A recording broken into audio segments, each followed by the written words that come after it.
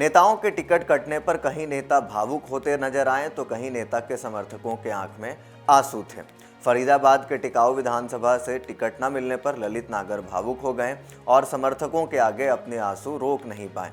ललित नागर ने कांग्रेस पार्टी पर अपने राजनीतिक हत्या की साजिश का आरोप भी लगाया। कांग्रेस पार्टी ने इसी सीट से रोहित नागर को उम्मीदवार बनाया है। और अब बात करते हैं दूसरे विधानसभा सीट महेंद्रगढ़ की। बीजेपी से टिकट नहीं मिलने पर महेंद्रगढ़ से पूर्व शिक्षा मंत्री रहे रामविलास शर्मा ने अपने समर्थकों के बीच ऐलान किया कि वो अपना नामांकन वापस लेंगे और अब वो चुनाव नहीं लड़ेंगे, तो उनके समर्थक भावुक होकर रोने लगे। रामविलास शर्मा ने 11 सितंबर के दिन में नामांकन दाखिल किया था। तब तक बीजेपी ने उस सीट से अपने उम्मीदवारी की घोषणा नहीं की थी। बीजेपी ने 12 सितंबर को जब लिस्ट जारी की तो उसमें शर्मा का नाम नहीं था, जिसके बाद बीजेपी नेता राव इंद्रजीत सिंह रामविलास शर्मा को मनाने पहुंचे। उसके बाद रामविलास शर्मा ने अपनी उम्मीदवारी वापस लेने की घोषणा कर दी। ऐसी ही एक तस्वीर बल्लभगढ़ से आई, जहां कांग्रेस की पूर्व विधायक शारदा राठौर समर्थकों के बीच फूट फूट कर रोती नजर आई। शारदा राठौर को उम्मीद थी कि पार्टी उन्हें बल्लभगढ़ से उम्मीदवार बनाएगी, लेकिन जब तक ऐसा नहीं हुआ तो उन्होंने निर्दलीय नामांकन भर दिया। कांग्रेस ने इसी सीट पर प्रयाग शर्मा को उम्मीदवार बनाया है।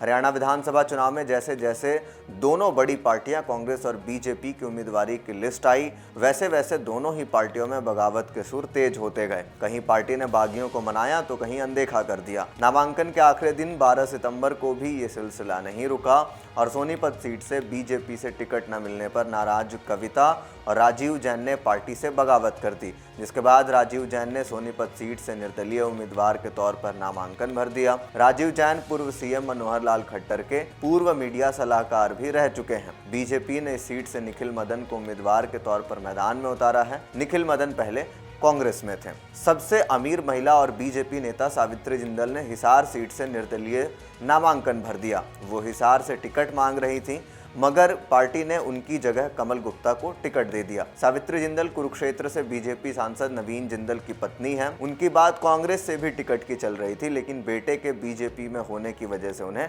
बीजेपी जैसे ही हालत कांग्रेस में भी देखने को मिली। कांग्रेस ने पानीपत सीट से वीरेंद्र सिंह साह को मैदान में उतारा, जिसकी वजह से बगावत शुरू हो गई। पानीपत शहरी सीट से दावा ठोक रही रोहिता रेवाड़ी ने पार्टी के सभी पदों से इस्तीफा सौंप दिया है, जिसके साथ ही उन्होंने निर्दलीय नामांकन भी भर दिया है।